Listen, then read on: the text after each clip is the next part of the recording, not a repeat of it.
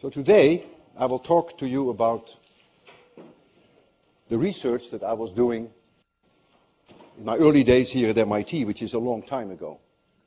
I got my PhD in the Netherlands in nuclear physics, and then in early 1966 I came to MIT. I had a postdoc for 1 year. I fell in love with MIT, and I never left. So I changed fields from nuclear physics to X-ray astronomy. X-ray astronomy was a very young field at that time. You can only do X-ray astronomy from above the Earth's atmosphere because the X-rays are completely absorbed by the Earth's atmosphere. Unlike radio astronomy and optical astronomy, which you can do from the ground, you have to get above the Earth's atmosphere. So I joined the research group of Professor Bruno Rossi and George Clark. George is still at MIT. And when I say X-rays, you have to think about the same kind of X-rays that your dentists are using. 1 to roughly 50 kilo-electron volts. All of you know, I hope, what a kilo-electron volt is. Optical light is only 2 electron volts, so X-rays are substantially more energetic than optical photons. It was in 1948 that American scientists started to explore the outer space, for which you need rockets, and they used the German rockets which were developed in World War II in Peenemünde by Wernher von Braun. These were weapons. They were launched from France, from Belgium, and from Holland, and the target was London. They caused a tremendous amount of misery and death. It was a flying bomb. And after the war, Wernher von Braun was welcomed into the United States, and for reasons that still puzzle me to date, he even became a hero. Using these rockets, these V2 rockets, leftovers from Hitler Germany, the Americans discovered X-rays from the sun. The sun is very close, so you would say, well, it's not too surprising. No, indeed, it's perhaps not too surprising. And in fact, the amount of X-rays from the sun is only a minute fraction of the total energy output of the sun. So if we take the power, joules per second, in X-rays, and we divide that by the power in optical light, of course the sun is also ultraviolet and infrared, that's all included. And if you do this for the sun, then you get a number of about 10 to the minus 7. So 1/10,000,000th of the energy comes out in the form of X-rays. Still very puzzling, by the way, why there are so many X-rays, but that's a different story. In 1962, scientists from Cambridge, Professor Rossi, Riccardo Giacconi, and Herb Gursky, and Frank Paolini, wanted to explore the possibility whether there were also X-ray sources outside the solar system. And the odds that they would detect something like that were extremely low, because if you take the sun and you put the sun at the distance of the nearest stars, there is no hope on Earth with the detectors that existed in those days that you would detect the sun. In other words, the detectors, I think I recall, were about 1 billion times too insensitive to see a solar-like object at the distance of the nearest stars. Yet, they succeeded. In 1962, they reported the first extrasolar X-ray source. It was later called SCOX-1.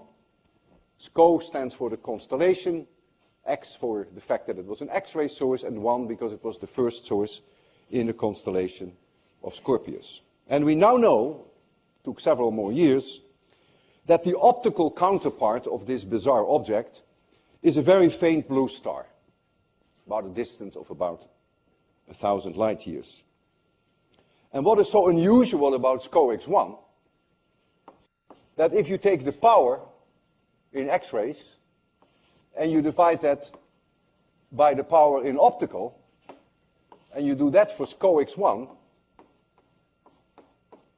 then you find approximately 1,000. Now think about it. In the sun, the X-ray emission is a minute fraction of the total emission, 1 in 10 million. In this case, the optical emission is only a very small fraction of the total emission. It's completely dominated by X-rays. And Riccardo Giacconi received the Nobel Prize for this 2 years ago, Nobel Prize in Physics. And so the big question was, what can this be? How is it possible that any object in the universe can do this? So when I came to MIT in early 1966, about 6 of these sources were known. They had been found using rockets. These rockets would be launched, spend at most 5 minutes above the Earth's atmosphere and would re-enter. They would make a quick sky scan, and that led to the discovery in '66 of about a total of 6 of these sources.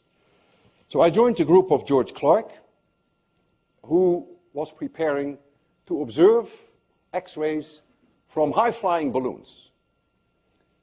The advantage of high-flying balloons is that balloons can stay up for hours, in some cases even for days. So you have a huge advantage over the rockets. You have way more time to observe. But there is a problem, and that is you can never get above the Earth's atmosphere because you are a balloon. So there's always a little bit residual atmosphere above you, as little as that is. It absorbs most of the X-ray spectrum. In fact, it absorbs everything below 20 kiloelectron volts. So yes, we had way more time, but we were only sensitive to the energy range roughly above 20 kiloelectron volts.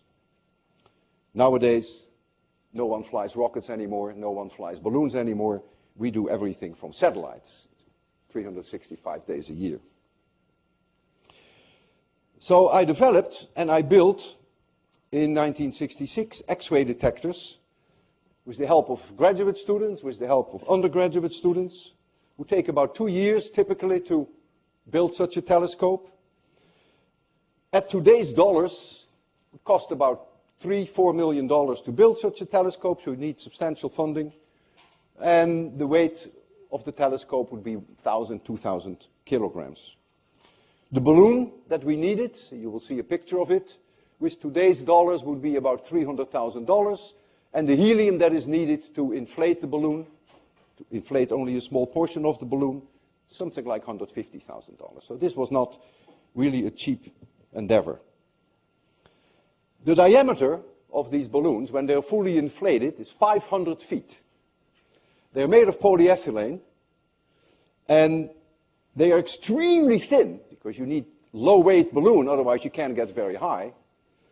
In fact, the skin is thinner than cigarette paper, 15 microns thin. You can look straight through it.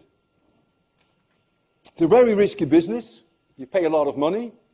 There's no guarantee that it will work. You try your luck. If it doesn't work, tough luck, you get no money back. They can easily get damaged because they are so thin. There's a good probability that you damage the balloon right at the launch, and you will see why. It's very difficult to launch these balloons. But even if the launch is successful, when the balloons go up, they go through the tropopause, which is near 70,000 to 100,000 feet, where the temperature is very low, minus 70 degrees centigrade. And there are jet winds. So the low temperature makes the polyethylene brittle, and then the jet winds just break the balloon. And when that happens, we do have a parachute. You will see the parachute that is supposed to bring the payload back, but when that balloon bursts in general, it interferes with the parachute, and the whole thing comes down. You have a free fall, and you lose your payload. And with that, with such a balloon burst, often the PhD thesis also pops, because there are always PhD students involved in these experiments. So it's very dramatic if a student has worked 2 years on these payloads and then there is a free fall and you destroy the payload. And it has happened, believe me. So what I want to show you now is a series of slides that give you an idea of what a balloon launch is like. So if we can make it very dark for this, and we shall turn this off, then you will see here, first slide, These were two undergraduates of mine, Pat Downey and Jim Ballantyne. They were working on the electronics. Astrophysics is a very romantic field. They fell in love with each other, they married, they have kids. They're still in touch with me. And Jim got his PhD with me. He stayed with me as a graduate student. And here you see the plans in Texas where these huge balloons were built. This hall is 1,000 feet long. The balloons are put together in a way like a tangerine is put together, with gores. They are sealed, heat sealing. And that work was only done by women. It has nothing to do with sex discrimination of any kind, but it just turns out that women are more accurate workers when it comes to this than men. They make fewer mistakes. That was the only reason. You can imagine just a small mistake, and you can have a leak in the balloon, and that's the end of it. So we lay these balloons out on an area in general close to an airport. You put cloth on the ground because the balloon is so thin that if the balloon touches the grass, that would definitely rip. And the balloon is packed in some plastic. You see that. That is the pink sheet that you see that the balloon is inside. There are hundreds and hundreds of layers of balloon inside there. And it's taken out of the box very slowly. People inspect it because there's always possibility that there's some damage during transport. And here, I take you now to a desert town in Australia, the heart of Australia, Alice Springs, where you see already the first layout of the balloon. Here is the launch truck. The payload is there, and the balloon is also there. You see the parachute shortly. And all of this is empty balloon. And it's only this top part that is going to be inflated. We launch these balloons typically early morning when the wind is very low. We also need a very consistent wind. You will see shortly why. The direction of the wind should not change by more than 10 or 20 degrees. If it does, you lose the balloon. We need the wind to push the balloon towards the launch truck.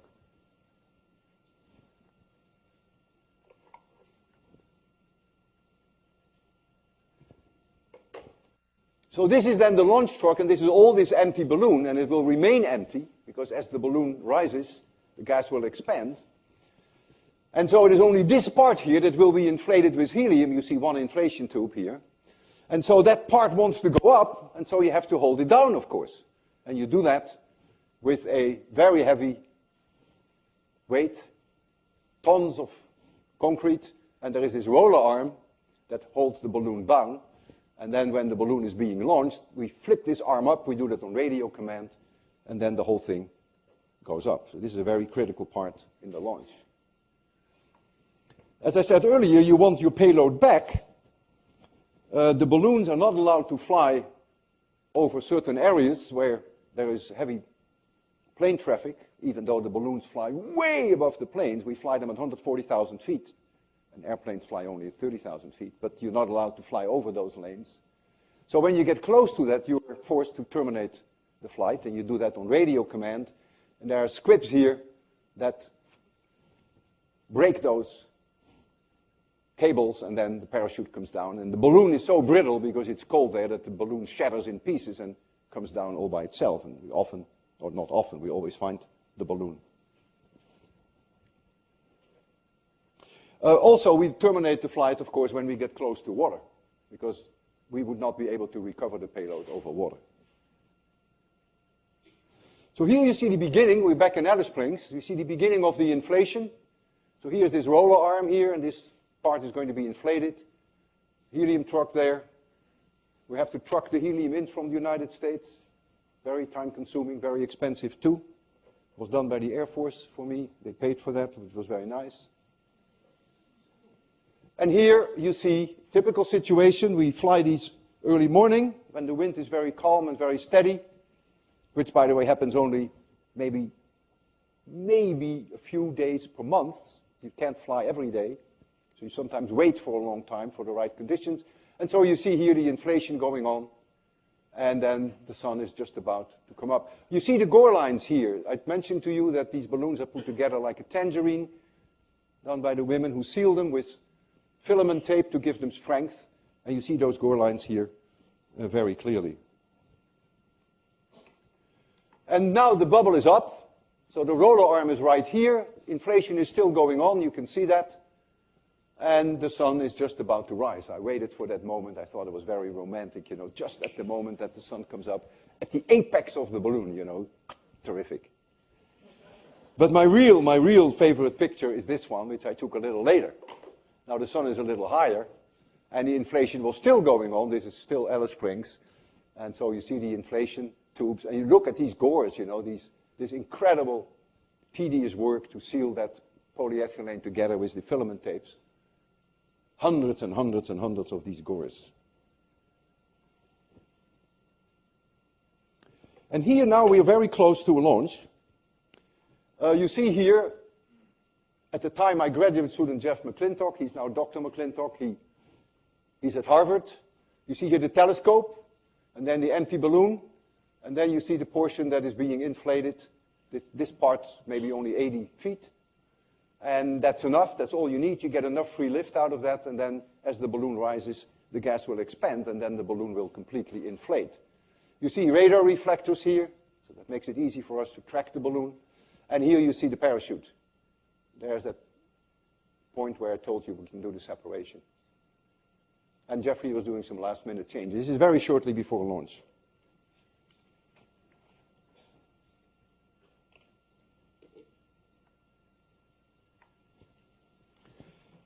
And here it goes.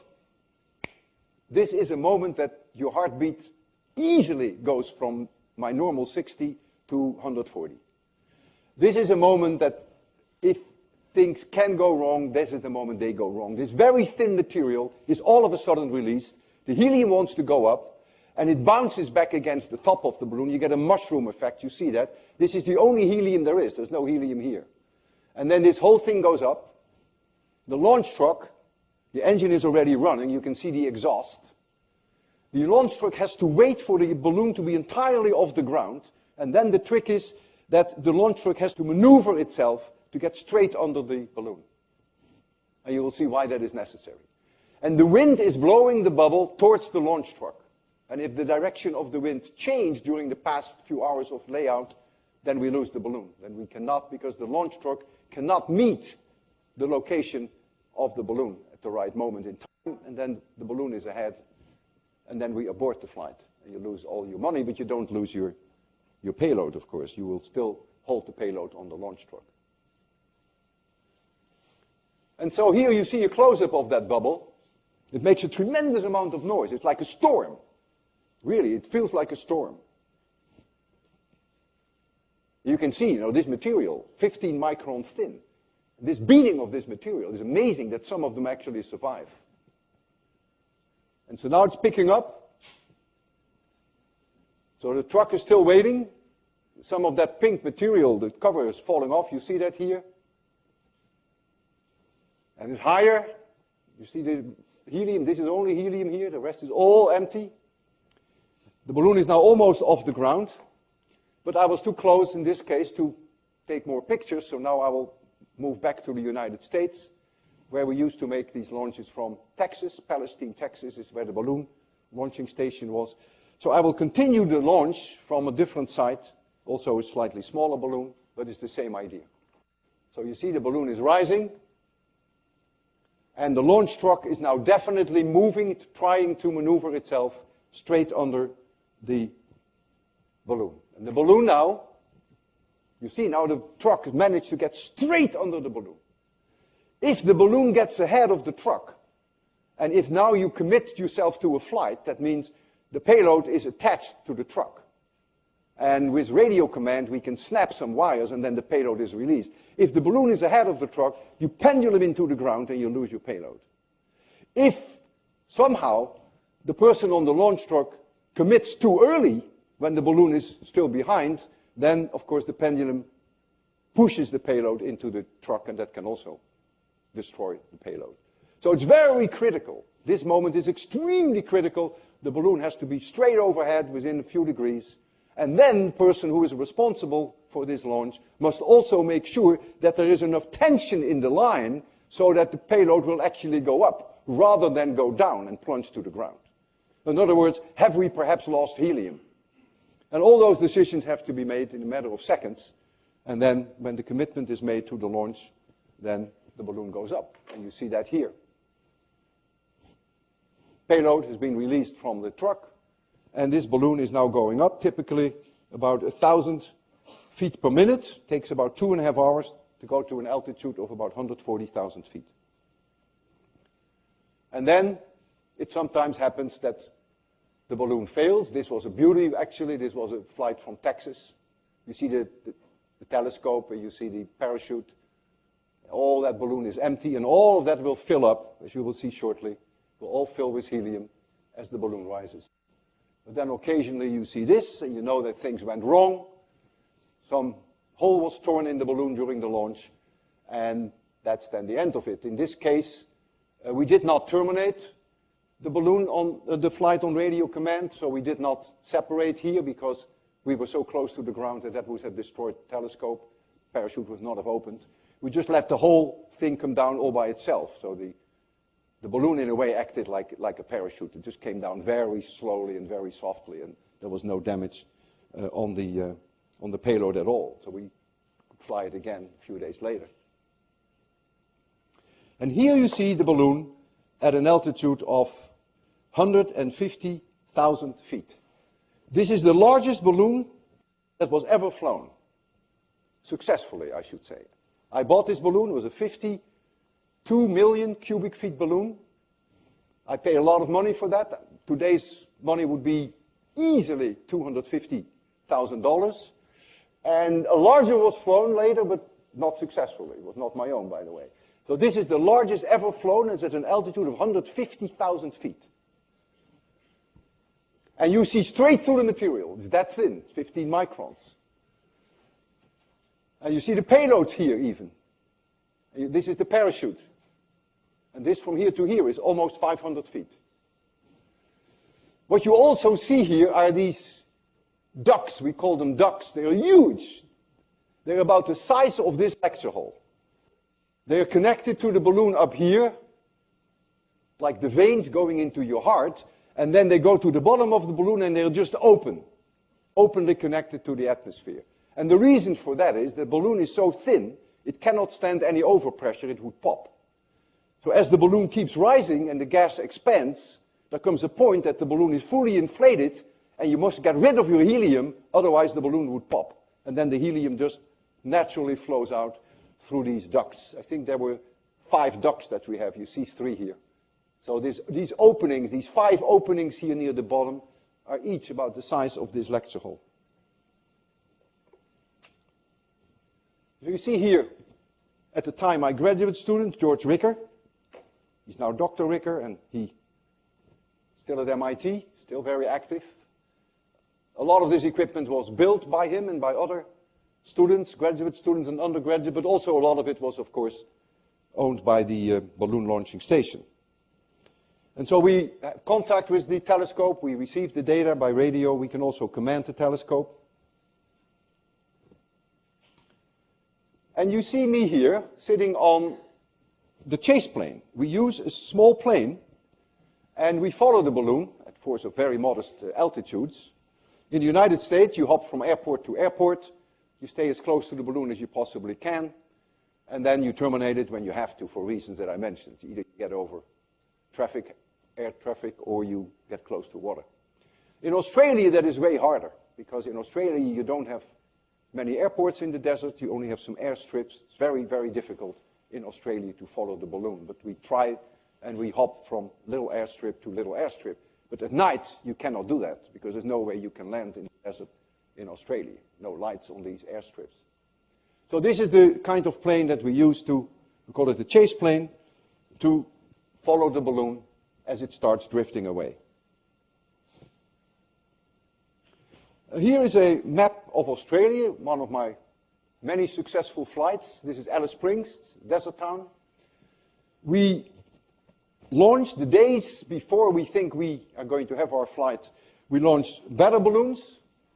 We track them by radar. They go to pretty high altitude, 125,000 feet, which gives us a good idea the direction that our balloon will start moving.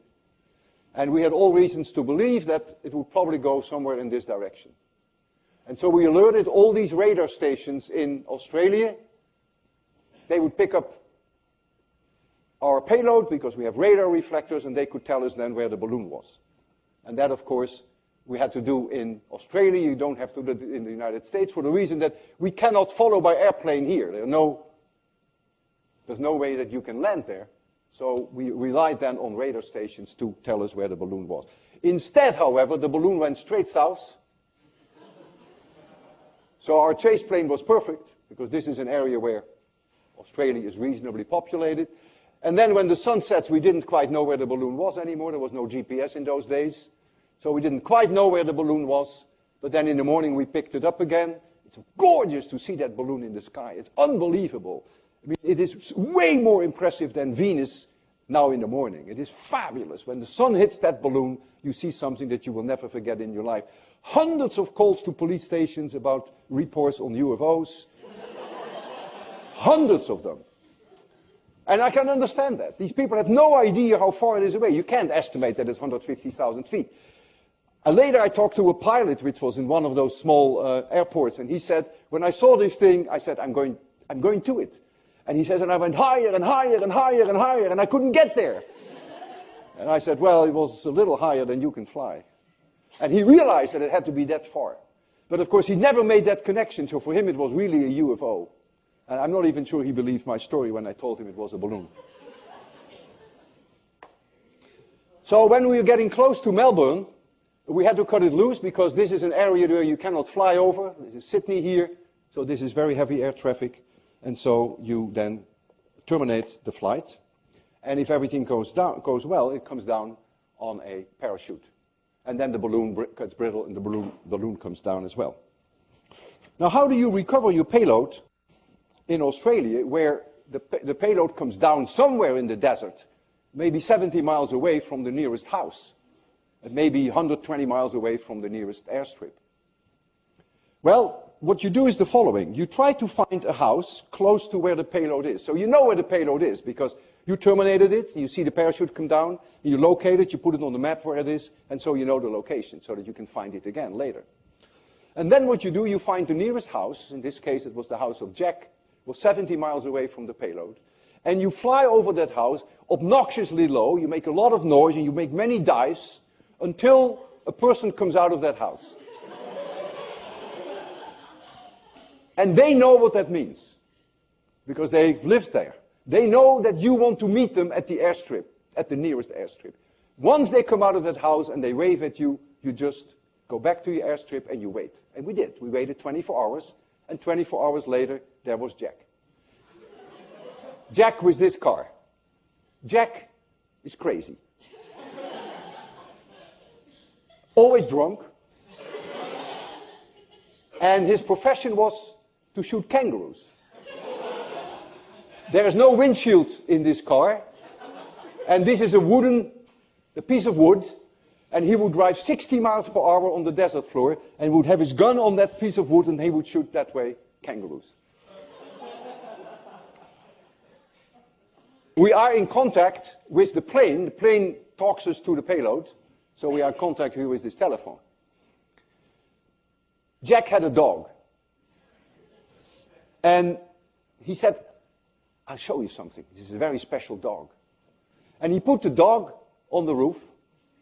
He started driving 60 miles per hour, and he would slam the brakes. And the dog would catapult through the air. And I felt sick in the stomach. And then he would say, you can't teach an old dog any new tricks. He must have done it many times with this dog. He was crazy, and I think also a little cruel. But we got to the payload. In other words, through the telephone, with the airplane overhead, he managed to get us there. And here you see, oh, there's a kangaroo, yeah. By the way, on our way to the payload, he shot this one. Because the moment he saw it, he said, sorry, you gotta wait. And then he changed direction, and there he went, and he chased it, and he's amazing, you know. Killed it with one shot. I felt sick in the stomach more than once during that recovery. Oh, we also encountered somewhere a koala bear. Isn't that nice? Wonderful koala bear in an eucalyptus tree. And then we got to the payload. And what did I see? A 6-foot goanna, 5 feet away from the payload, maybe 10 feet. But it was so scarily close that I don't know, my stomach was turning. And I was with my graduate student, Jeffrey McClintock, and I said to Jeffrey, not that I believed it myself, but I said, Jeffrey, this animal is absolutely harmless, why don't you go first? And Jeffrey did go first, and not only that, but these animals don't move because they think if they don't move that you don't see them. During the 7 hours that it took us to take the payload apart and to put it on Jack's truck, this animal didn't move at all. So I had plenty of time to photograph it.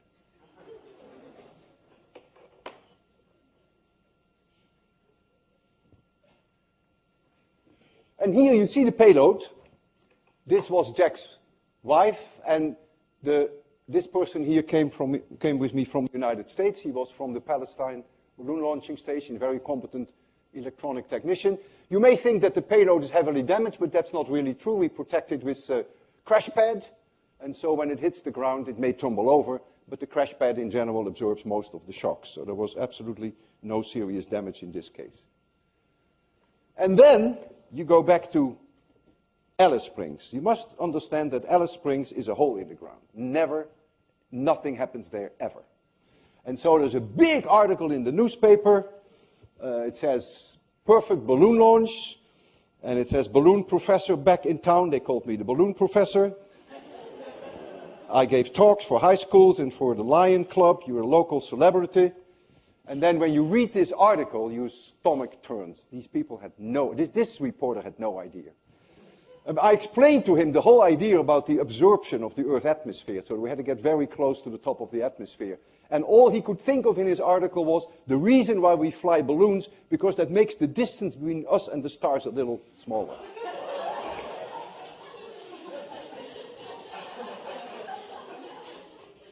Yeah. All right, that's enough for now.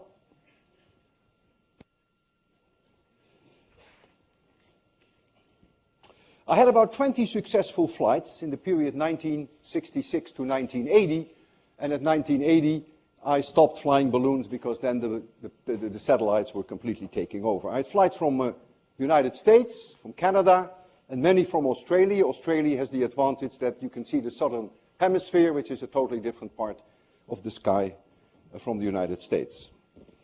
I had 2 free falls, I already mentioned to you. That happens when there is a balloon burst and when the parachute doesn't open, and twice did I lose my payload.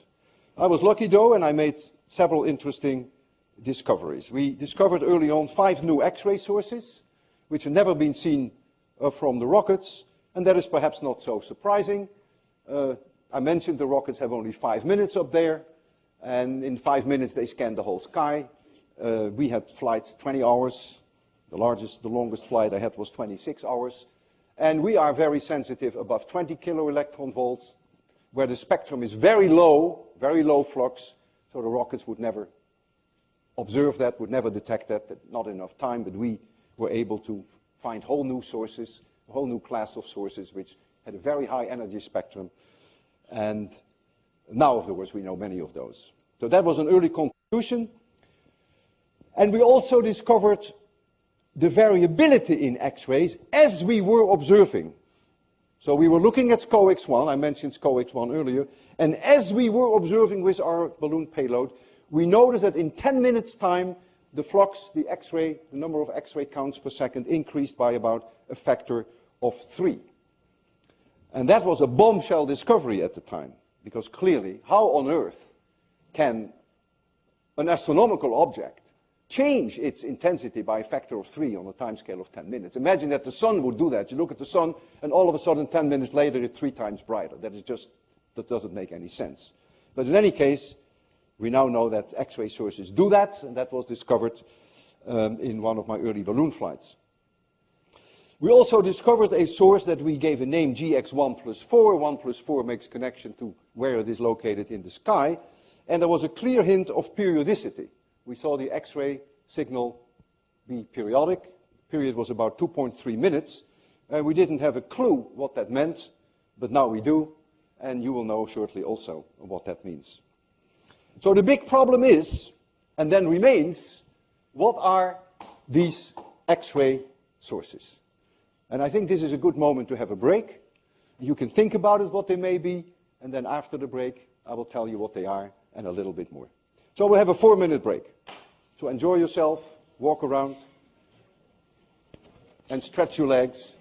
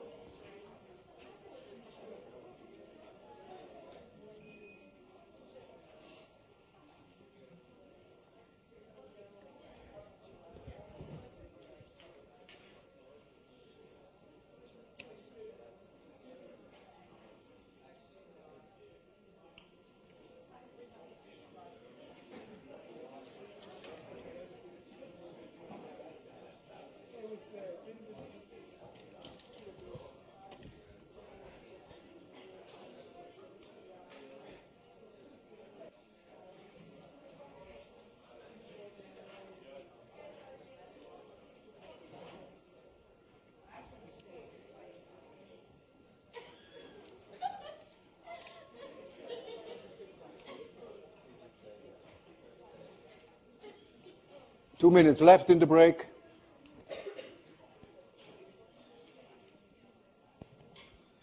Is this going to bother you?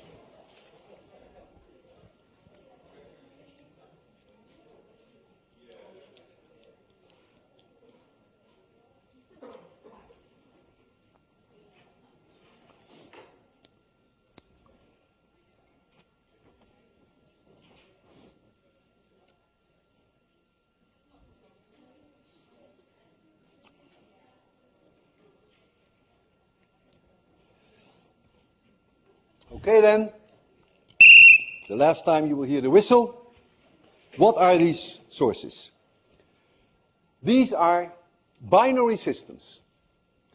Here is a star, which is a normal star burning nuclear fuel, and it is in orbit with another star, which is either a neutron star or which is a black hole, and it's a binary system. Go around each other, like this. And there is somewhere a point between these two stars where the gravitational pull in one direction is the same as the gravitational pull in the other direction. We call that the inner Lagrangian point. There is also such a point between the Earth and the Moon. It's very close to the Moon, but there is such a point. And if that point is inside that star, so when the gravitational pull in this direction is the same as the gravitational pull in the direction of the neutron star, if it's inside that star, then the matter will flow towards the neutron star, because that's energetically more favorable. And so, since the whole thing is rotating, it cannot radially do that, and so it spirals in through an accretion disk, and then it ultimately ends up on the neutron star. This star is called the donor. The name speaks for itself. This disk is called then the accretion disk. And this object is called the accretor. Now let us assume that this is a neutron star. It can be a black hole, but let's assume it's a neutron star, and that this is the neutron star. And the neutron star has a mass m, and has a radius r. And I take a little bit of matter, just a test particle, from a large distance, a little test particle, and I dump that onto the neutron star, and I want to know what is the speed with which it reaches the surface of the neutron star. All of you should be able to do that in 30 seconds. Well, not all of you, but most of you. Right, Emma? All of you who've had 801 can obviously do this. It is a matter of conversion of gravitational potential energy to kinetic energy. And so, I can write that down blindly, even if you wake me up 3 o'clock at night. 1/2 mv squared, m being this mass, v being the speed as it hits the neutron star, is then mg divided by r. Not r squared, but r. This is the gravitational potential energy converted to kinetic energy. And the little mass never enters into the equation. If you pick for the mass of the neutron star, the mass of the sun, in reality they're probably a little larger, but take the mass of the neutron star, and you take for the radius of the neutron star 10 kilometers, which is enormously small, that is 100,000 times smaller than the radius of the sun. If you do that, you get an enormously high speed of about 1/3 of the speed of light. So that matter hits the neutron star is about 1/3 the speed of light, 100,000 kilometers per second. And if enough matter is transferred onto the surface of the neutron star, this kinetic energy, of course, is all converted to heat. You get an enormously high temperature, 10 million, 100 million degrees, and at that high temperature, the radiation that comes out, electromagnetic radiation, is almost all in X-rays. And that is what really is the X-ray source. If you take a marshmallow, and you throw a marshmallow from a large distance on a neutron star, when it hits the surface, the energy that is released, that means the explosion that is caused by the impact, is comparable to the energy that was released when the atomic bomb was thrown on Hiroshima at the end of the Second World War. So the X-ray source that we saw from SCOEX-1 is really the neutron star. That's where the X-rays come from. And the optical emission comes from the donor, and also some of it comes from the accretion disk itself. And so when you take this ratio, the way I did it for this system, this is really what comes from one of the two objects, and this is what comes from the other object. So that's why you get such an absurd ratio. It is not just one object, but it's a binary system. Neutron stars are formed in a supernova explosion when a star burns its nuclear fuel, like our sun. Then there is a heat source, which is the nuclear furnace inside, burning hydrogen and burning helium, nuclear fusion. So you have heat production here. And that obviously will make the star go bigger, expands the star, the heat source. And then there is, of course, gravity, which holds the star together. And there's always that equilibrium between gravity and the pressure due to the heat that determines then the final size of the star. There's an equilibrium situation. But when all the nuclear fuel has been exhausted, there comes a time that the nuclear fuel is just gone, then you get an implosion because gravity takes over. So the red goes away, but the green always is there. Gravity is very patient, and ultimately gravity takes its chance, and it pulls the whole thing together, and that's a supernova explosion. We have about one of those every 100 years in our own galaxy. They are extremely rare. Our sun will actually not undergo a supernova explosion, so our sun will not become a neutron star. Stars have to be at least 10 times the mass of the sun, 10 to 20 times the mass of the sun, for a neutron star to be formed, or a black hole for that matter. But our sun will also die at some point when the nuclear fuel has been used up. That's going to happen about 5 billion years from now. So you don't have to worry yet. 5 billion years, the sun will become a white dwarf. It will become the size of the Earth, very small. And before that, it will actually first become very large, and it will swallow up the Earth. It will swallow up Venus and all kinds of misery, so you don't have to worry about that either. When a neutron star is formed, the magnetic field of the star before it became a neutron star may have been very modest, but in the formation of the neutron star, that magnetic field goes up staggeringly. And that has to do with 802. If you make a very naive calculation, you get the right answer, maybe for the wrong reasons. And the very naive calculation is then the following. If you have a star which has a magnetic dipole field, and you shrink the star, say, by a factor of 1,000,000 in terms of radius, then the surface area goes down by a factor 10 to the 12th. But the magnetic dipole field doesn't change. And so at the surface of that new star, you get a magnetic dipole field which is about 12 orders of magnitude higher than what you had originally when the star was this big. So that very naive back-on-the-envelope calculation tells you then that the magnetic field would increase by a factor 10 to the 12th, by 12 orders of magnitude. So you have strong magnetic fields. That's 802. And then we have 801, which says, yeah, but you cannot shrink a star without spinning it up. There is this idea of conservation of angular momentum. I omega is conserved, I being the moment of inertia. And so if you make the radius of a star 100,000 times smaller, then the moment of inertia, which goes always with r squared, right? I hope you remember that. Yeah, you do? Okay. 100,000 times smaller radius means that the moment of inertia goes down by a factor 10 to the 10. And that means that omega goes up by 10 to the 10 because I omega remains constant. So the star spins up by a factor 10 billion. So we have a strong magnetic field. The neutron star is spinning like crazy. And then there is something else.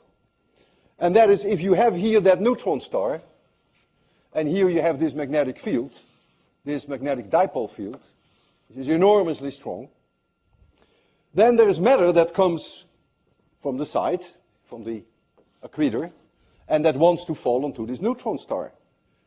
That matter is highly ionized because it's hot.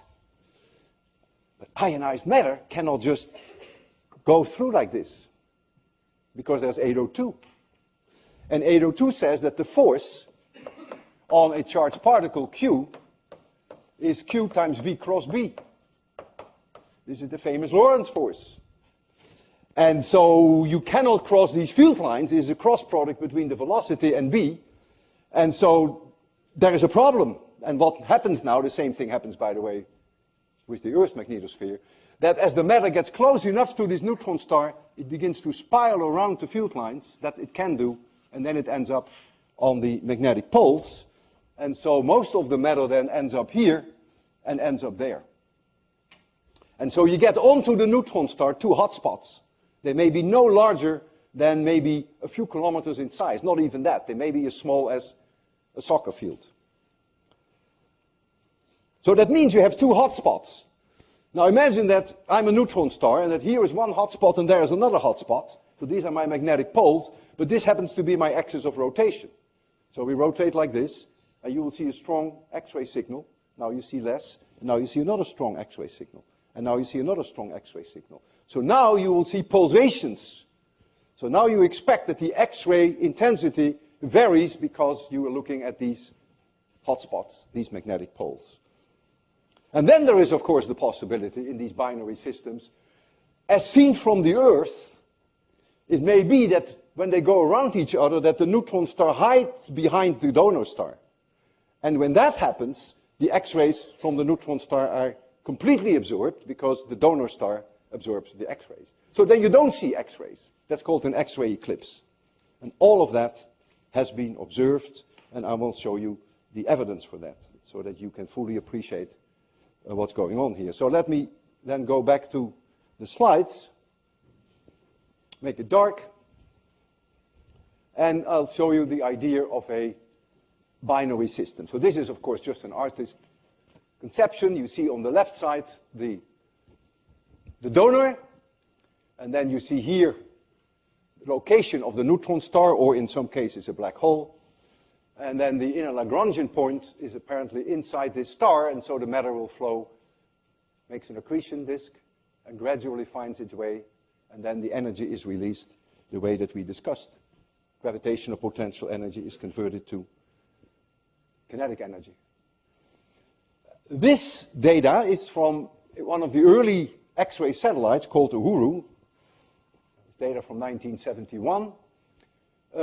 Horizontally is time. This is 1¼ seconds, so that gives you an idea of the time scale.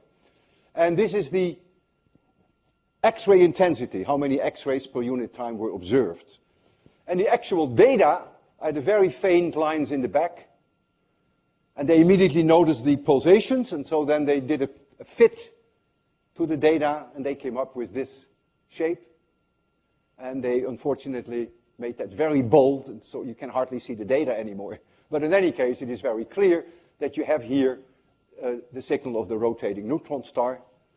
And the neutron star in this case goes around, spins around in 1.24 seconds. So from here to here is 1.24 seconds. This object is called Hercules X1. Spinning like crazy. Think about the sun. The sun rotates about its own axis in 25 days. You can't see that very well because there's nothing to recognize on the sun, but it goes around in 25 days. This one goes around, this neutron star, in 1.24 seconds. Here we see data from the same source, but on a very different time scale. From here to here is 1.7 days. And I show you this so that you can see the eclipses that I mentioned, the X-ray eclipses. It's a very different time scale. You can't see the pulsations anymore. And so you see that every 1.7 days, the neutron star hides behind the donor and is invisible until it emerges again on the other side, and then the X-rays come back up again. And this is another set of data. So this is many, many days of data.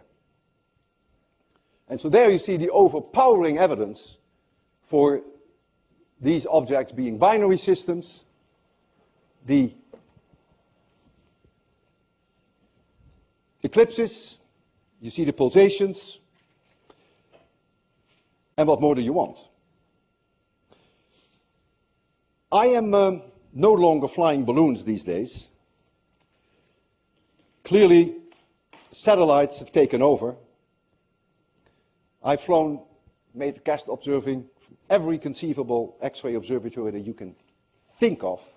Exosat was a European satellite, Rosat, Japanese satellites, Akcho, Ginga, Tenma was also a Japanese satellite. Rossi X-ray Timing Explorer, which is still up and running. Chandra, it's a big thing in town nowadays. I make observations with Chandra. Newton, XMM Newton, very important observatory, also in orbit, European observatory. So I've been doing satellite work for most of my time here at MIT.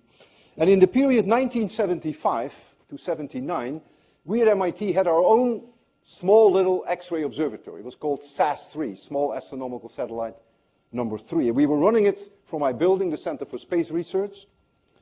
George Clark was the principal investigator. 24 hours a day, data come in, 365 days a year. Compare that with a 5-minute rocket flight and with a 20-hour balloon flight.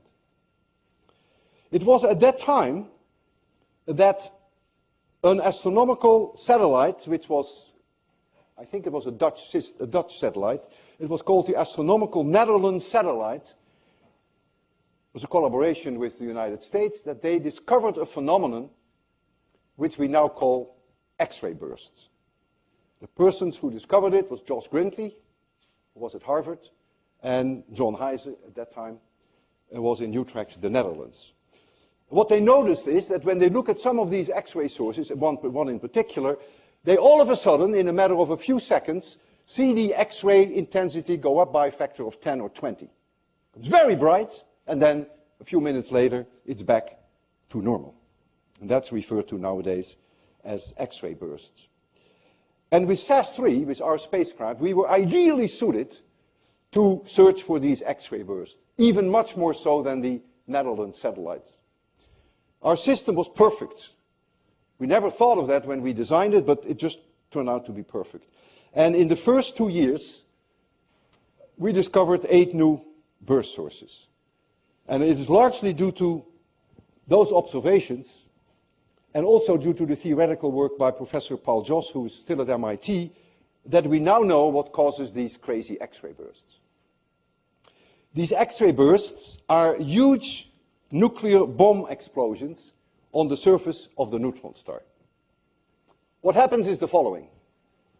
You get accretion onto the neutron star, and the matter that comes from the donor is largely hydrogen, maybe a little bit of helium, largely hydrogen, and maybe some helium, just like our sun. And so that matter falls onto the neutron star, and it releases then the X-rays due to what we just discussed, the gravitational potential energy is converted to kinetic energy. But nevertheless, it's still hydrogen as it reaches here. And so it forms a layer onto the neutron star. And the densities are high, and the temperature is high, and there's a thermonuclear reaction, and it turns the hydrogen into helium. And then, when the temperatures are even higher and the densities are just right, the helium starts to go into a nuclear reaction and forms carbon-12. And that is a very peculiar reaction. You need 3 helium nuclei, helium-4, and they merge then to carbon-12, and you get energy. This reaction rate is enormously sensitive to the temperature. I forgot the exact number, but I recall something like that is proportional to the temperature to the power 30. Temperature in degrees Kelvin to the power 30. So when this reaction starts, energy is released, so the temperature goes up. When the temperature goes up, the reaction rate goes up, and when the reaction rate goes up, the temperature goes up, and that's what you call a runaway. You get a runaway process, and we call that then a thermonuclear flash. So the whole system gets completely out of hand, and you get a thermonuclear bomb explosion on the surface of the neutron star, which gives the immediate increase then in your X-ray signal.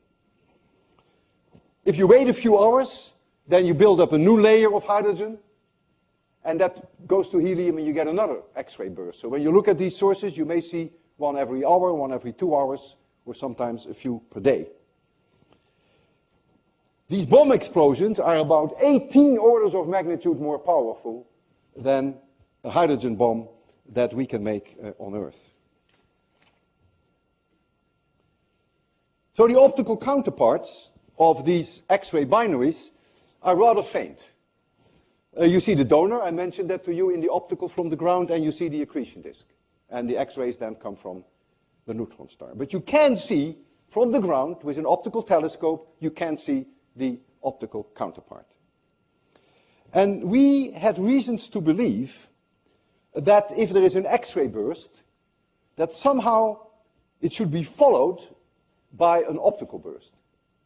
And I can explain that to you best by showing you a transparency. When the X-ray burst occurs, the X-rays go off in all directions. So here you see the neutron star, and you see there the accretion disk. And when the X-ray bomb takes place, you see the direction to the Earth. This is the direction to Earth. That's where you happen to be. And so you see the immediate increase in X-rays, but the X-rays also go in this direction. And then they hit the accretion disk. And they get absorbed by the accretion disk. And they heat up the accretion disk. They can heat the accretion disk locally up to maybe 30,000 degrees, much higher temperature than it normally had. And so the accretion disk now begins to radiate in optical light, at least more light than it did before.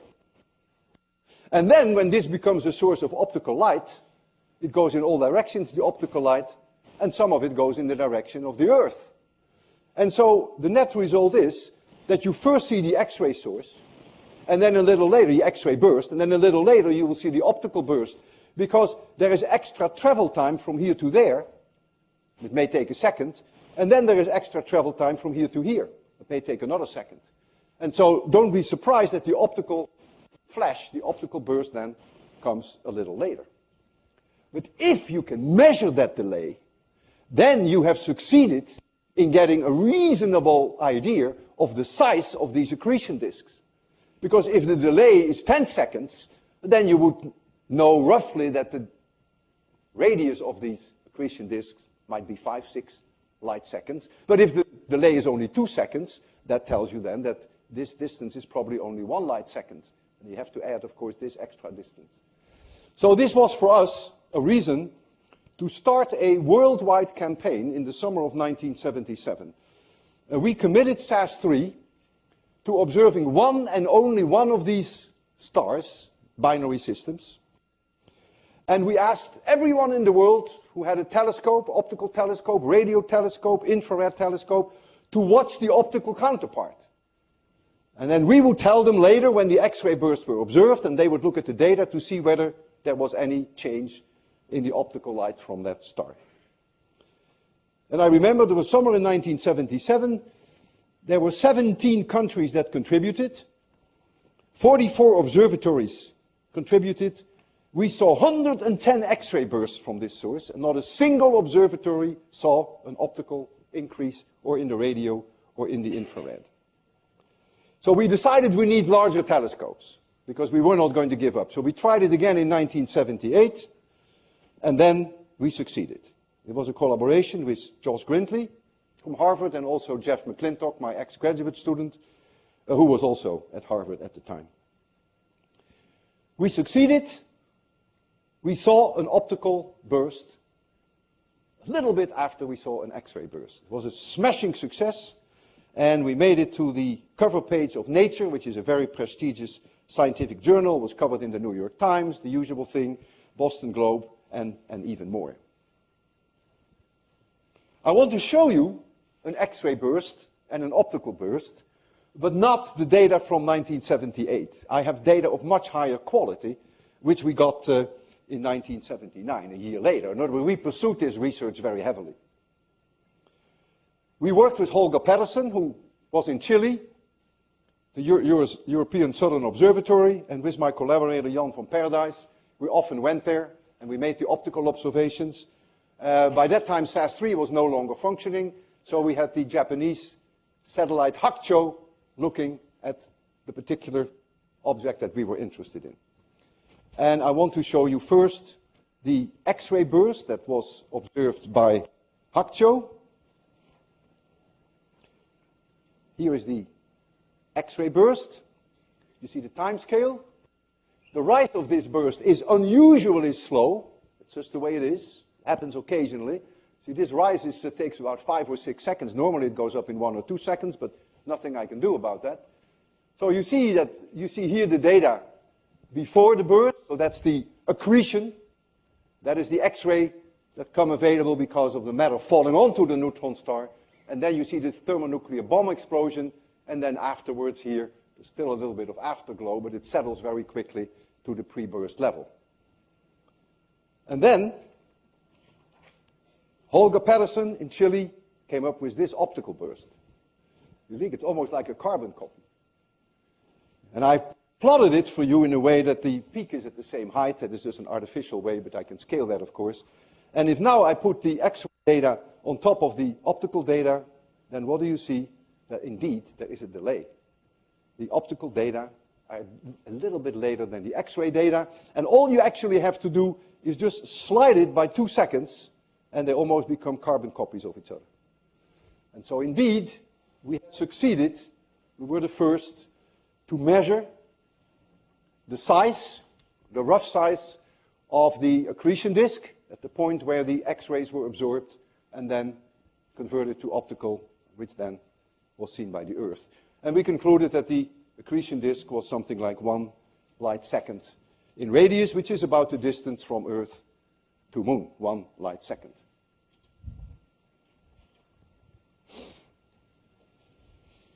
Is there a Professor Lewin anywhere? Oh my goodness, I recognize you. What are you coming here for?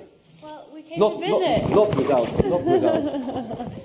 I'm getting flowers? Yes, of course. Oh my goodness, what have I done to deserve them? I don't know. Has he done anything good recently, guys?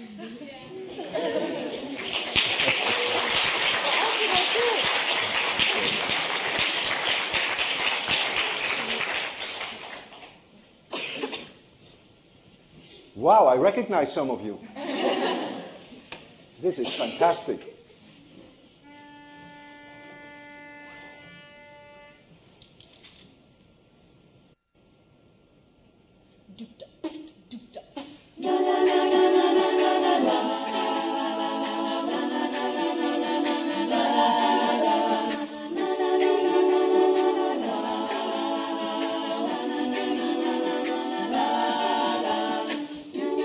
Last day of class, am I gonna pass?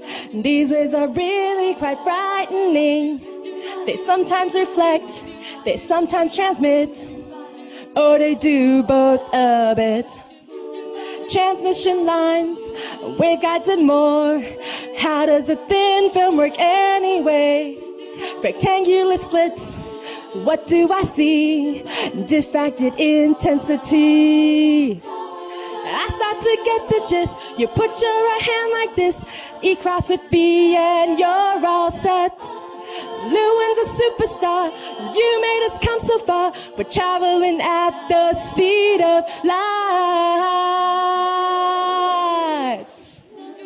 10 years from now, we'll still be here, trying to finish our PhD. We'll say to ourselves, why are we here? 803 rock back in sophomore year.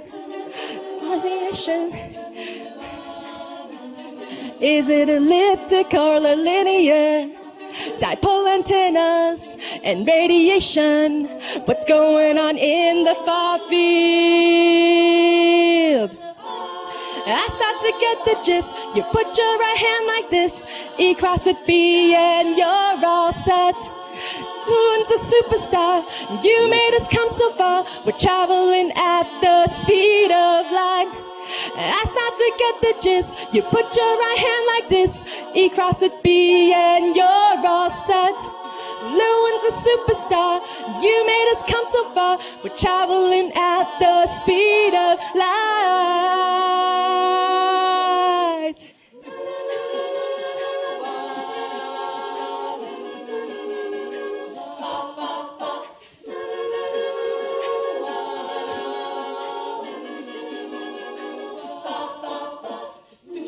Sorry, girl, but you just failed on that test. Your ass got nailed. But Walter Lewin is there. He'll work with you because he cares. Now you're dominating class. 5th week flat can kiss my ass. Waves in media, no prob. Now I'll definitely get that job. Last day of class, am I gonna pass? These waves are really quite frightening. We are in love, haven't you heard? Walter Lewin rocks my world. I start to get the gist. You put your right hand like this, E cross with B and you're all set. Lewin's a superstar, you made us come so far. We're traveling at the speed of light. I start to get the gist. You put your right hand like this, E cross with B and you're all set. Lewin's a superstar, you made us come so far. We're traveling at the speed of light. Thank you very much. Thank you so much.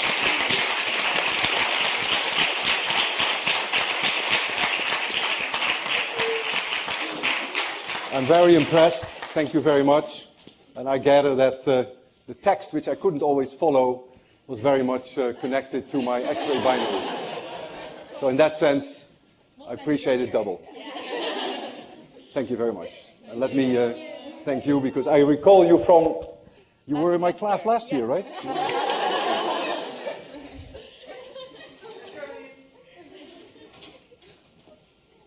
Well, I don't know whether there's much time left for you now to fill out the evaluation forms, but that's a problem that you have. The orbital motion of neutron stars and the donor stars give rise to Doppler shifts, which is something that we covered in 803. So you have a rotating neutron star which pulsations. It's a clock. In the case of Hercules X1, 1.24 seconds.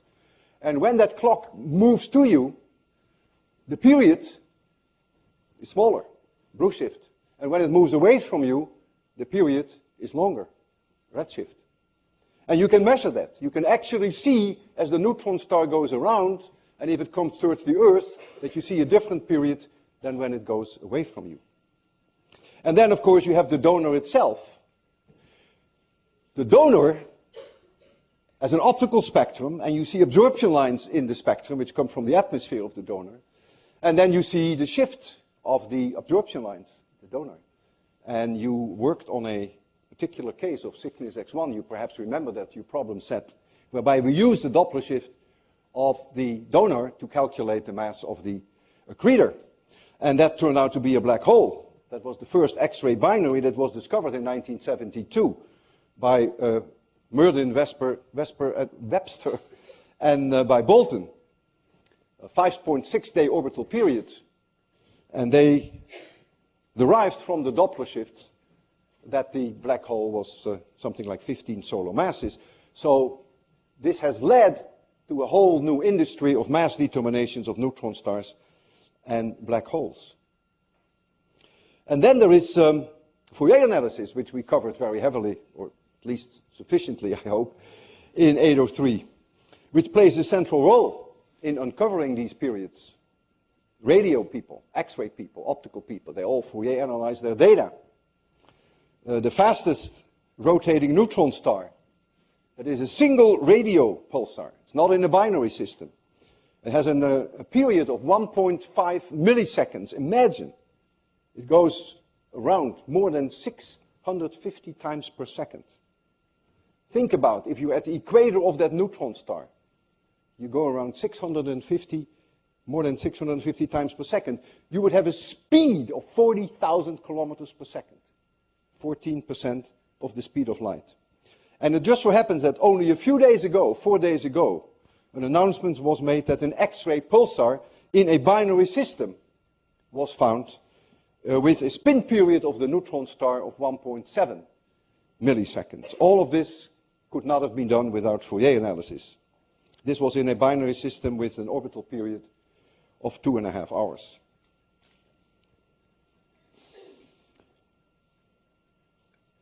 We've now come to the end of 803.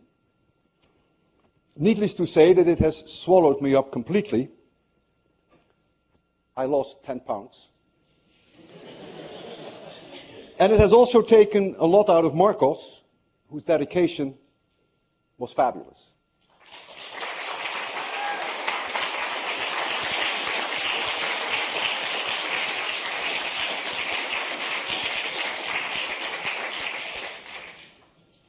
You should feel sorry for my graduate students and my postdocs, who didn't get to see much of me.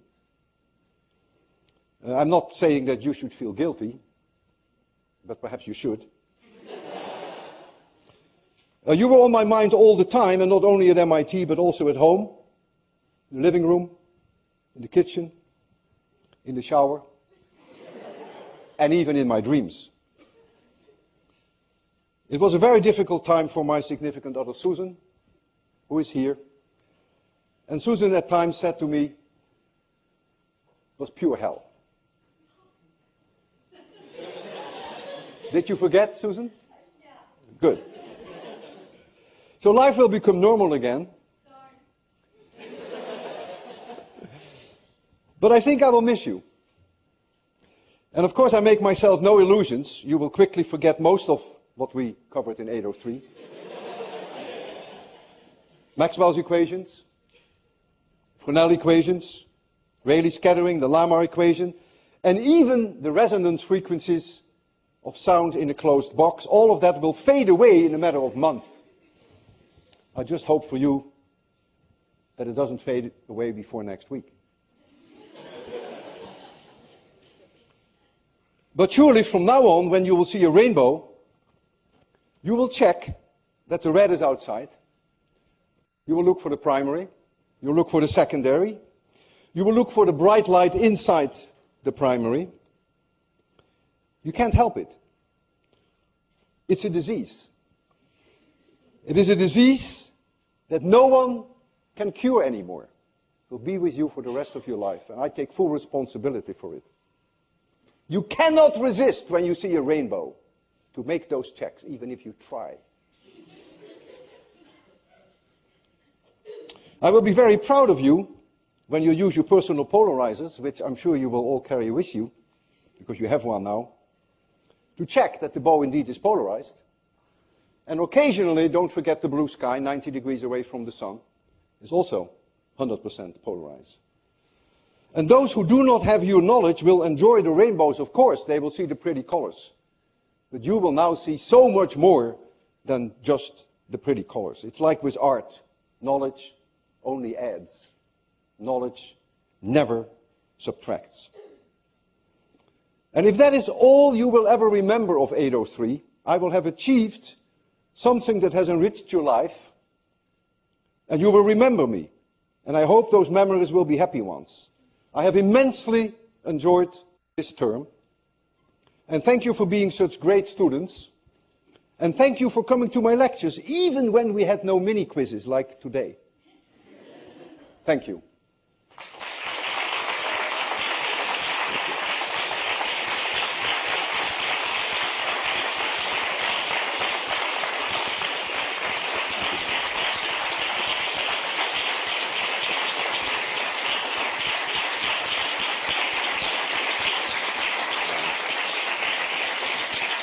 Thank you very much. There's still the 10 minutes left for your evaluation forms. They are there, and they are also in the back. And we will collect them, and Maria will come and pick them up.